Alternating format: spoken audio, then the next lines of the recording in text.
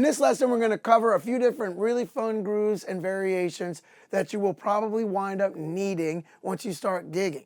So the first version of this beat that I learned was shown to me by Johnny Vidakovich, and he showed to me this a long time ago when I was about 17 or 18 years old, and I think I saw him playing this on a gig, and I would go to a lesson maybe the next day or a couple days later, and I'd say, man, Johnny, show me what that beat is.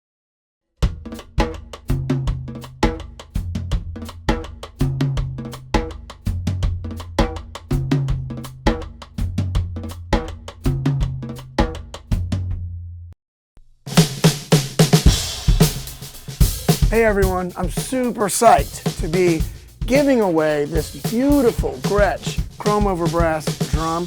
Gretsch has been making this drum for many, many years. It's a classic drum, and this one is brand new. And if you win, I will sign this drum and personalize it to you and send it directly to your house. So hit the link to sign up, and I hope you win, and see you down the line.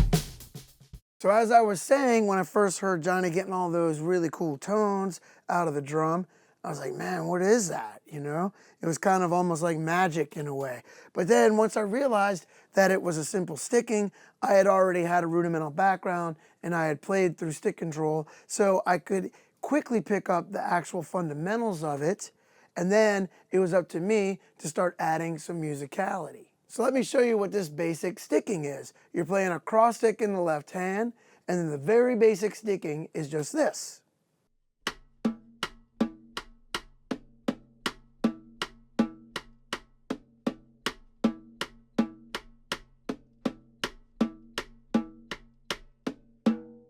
So right there, I was intentionally playing it with a pretty monotone in each hand. But what you can do is you can let your hand up off the drum to let the right stick get a more open tone, especially when you hit a rim shot.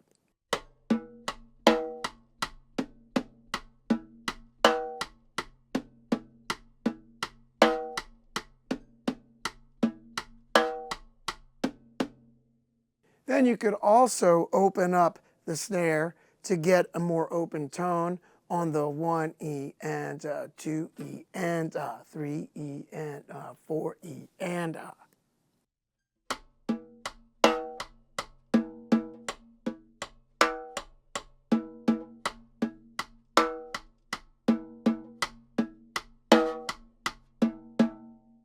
Then you can add a diddle or a drag on the 1E and 2E and 3E and 4E and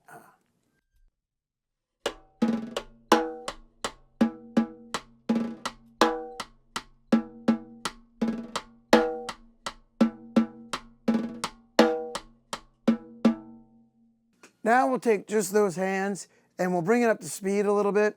Now you'll notice that I was buzzing that diddle, and I'll do that if it's a slower tempo, or you could get a clean just double if you want. But right now I'm gonna bring it up in tempo, get a cleaner double of a diddle, and then move the right hand to the rack tom for some of the 1E and 2E and then to the floor tom for some of those as well.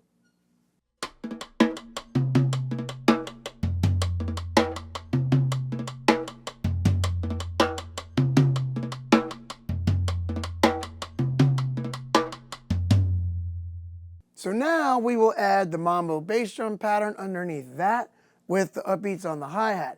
Now this is why it might be important to have been practicing some singles, doubles, paradiddles over this bass drum pattern. And if you've been practicing those starting off the left hand, then you're really going to be all right with this.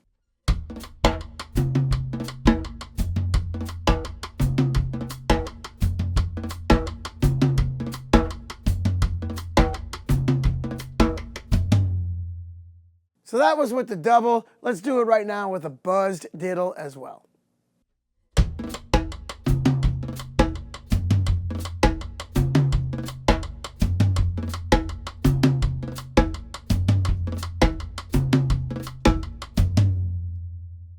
Right now I'm going to show you a variation that I've come up with a little more recently. This one does away with that double cross stick in the left, and that can be useful sometimes if that's a sound that you want to go for.